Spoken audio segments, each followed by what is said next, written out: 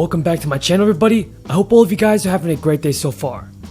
So in this video, I'll be sharing the latest stimulus news and information with you. Some Americans are going to receive more stimulus relief money than others, and Congress also wants to get a new spending bill passed before the August recess. This is your fourth stimulus check update and daily news report. Welcome back to my channel, everybody. I hope all of you guys are having a great day. Now before we get into the video, feel free to subscribe to my channel and give this video a like. On this channel, I always do my best in providing you with the most up-to-date and reliable stimulus check news. So folks, be sure to subscribe. The last time the economy grew at this rate was in 1984, and Ronald Reagan was telling us it's morning in America.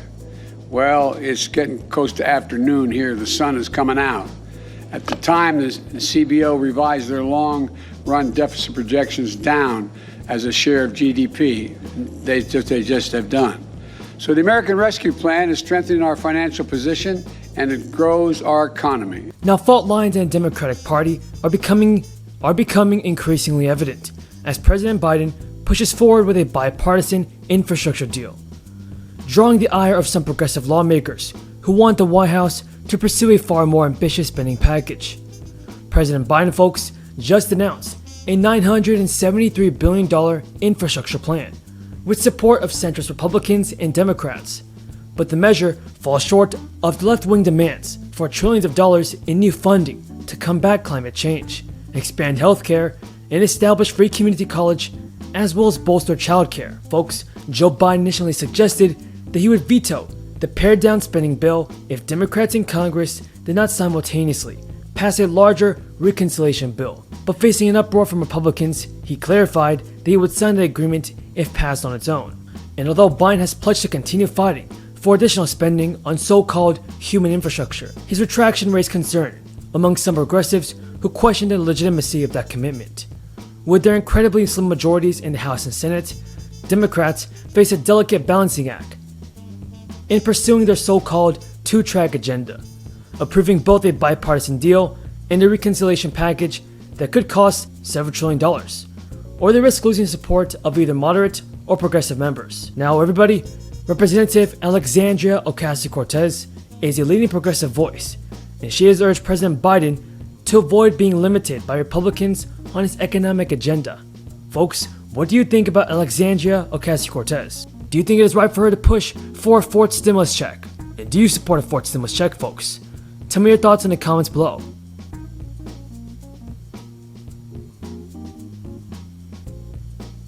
Now, during a recent interview, Ocasio-Cortez said Sunday, "In those areas where there is agreement, Republicans are more than welcome to join so that we can get work on this infrastructure done. But that doesn't mean the president should be limited by Republicans, particularly when we have a House majority. We have 50 Democratic senators and we have the White House. What do you think about this, everybody? Do you believe that President Biden is doing a good job in helping out the American people? Tell me your thoughts in the comments below." And now in the state of Utah, CBS News reported that Utah has received the largest stimulus checks in the third round of direct payments, with an average of $2,700 being sent to residents. The IRS recently reported that it has sent almost $390 billion in direct aid to about 164 million U.S. households, noting that it is continuing to send checks to eligible people who recently filed tax returns or who are owed extra money under the relief plan. The IRS also broke down its payments so far by state and income group, providing insights into which Americans are receiving the most from the latest round of aid. Because the payments are based on the number of eligible people in each household, as well as individuals' income, the payments favor families with more children and those who earn below $150,000 annually. That means larger families are likely to land bigger checks than households with fewer children. Leave a comment below, folks, if you think Congress should provide the American people with more financial relief. I definitely think that lawmakers should continue to focus on passing an infrastructure package, as well as a new stimulus relief bill. Because Democrats have a narrow advantage in the House of Representatives, it is possible that progressives could torpedo the bipartisan deal, which Democratic Representative Pramila Jayapal threatened to do on Monday. Jayapal, the chairman of the House Progressive Caucus, told the New York Times, the president can say he's bipartisan. He can go out and support the deal. But at the end of the day, if he wants it, he's going to have to support our priorities. Now asked whether progressives would tank the bipartisan package, Jayapal said they would.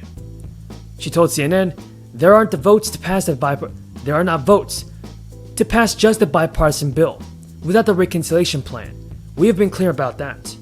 House Speaker Pelosi and Chuck Schumer have indicated their support for making the passage of the smaller bill contingent on the success of a larger bill.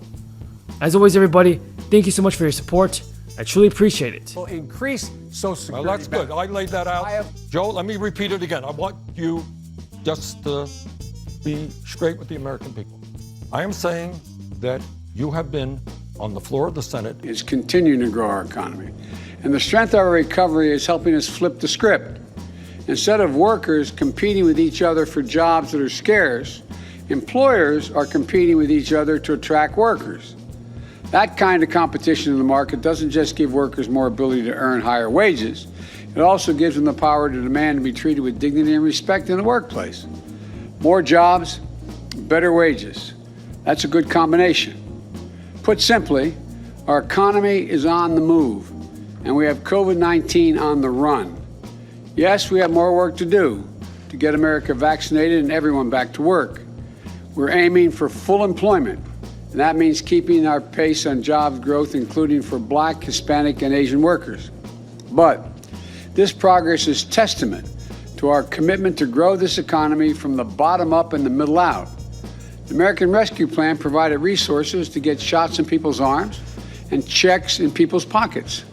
Schools were struggling to reopen, so we made vaccinating teachers a priority, getting schools the much needed support. In March, just in the month of March, we added 364,000 education jobs to the rolls. Small businesses and restaurants are getting crushed.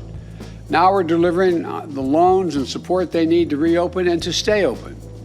This morning, we've learned that jobs in some hard-hit sectors such as restaurants, hotels, amusement parks were up by 343,000 last month, over 1.5 million in the past 5 months. And more help is on the way to give families just a little bit more breathing room. Starting this month, families are going to receive one of the largest ever single-year tax cuts that middle-class families have ever received. And it's called the Child Care Tax Credit. And here's how it works. In the past, if you paid taxes and had a good income, you could deduct $2,000 per child, and that would come off the total amount of taxes you owed. You had 2 children, you owed $10,000, you take off $4,000. In the American Rescue Plan,